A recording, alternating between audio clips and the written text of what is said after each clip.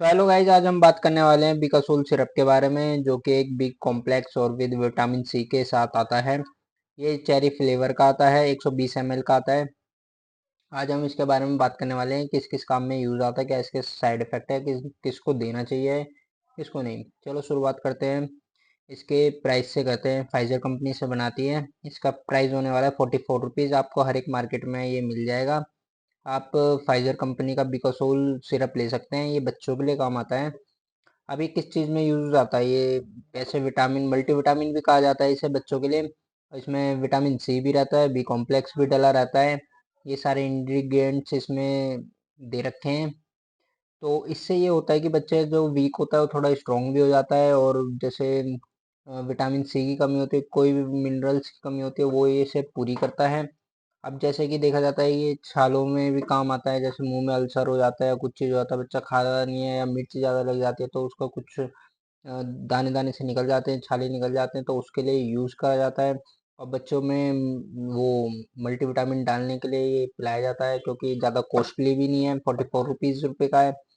तो आप इसे दे सकते हैं बच्चों को आराम से।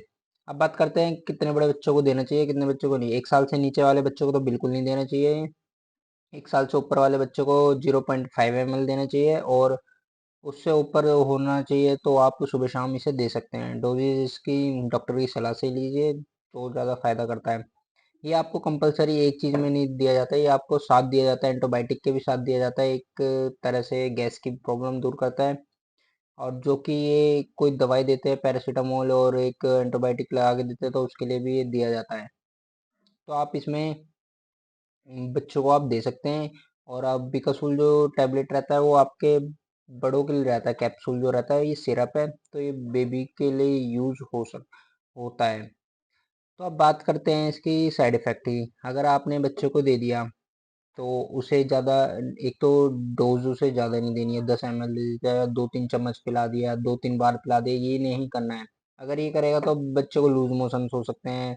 आपको एलर्जी होनी शुरू हो जाएगी बच्चे की। दाने वाने ज़्यादा निकल जाएंगे। और बच्चा रोएगा भी बहुत और थोड़ी नींद भी आएगी बच्चे को। तो उस हमारे साइड इफेक्ट कर सकता है। अगर आपको ये लक्षण दिख रहे हैं बच्चों के लिए तो प्लीज़ डॉक्टर के पास जाइए और डॉक्टर की सलाह से आप इसे लीजिए।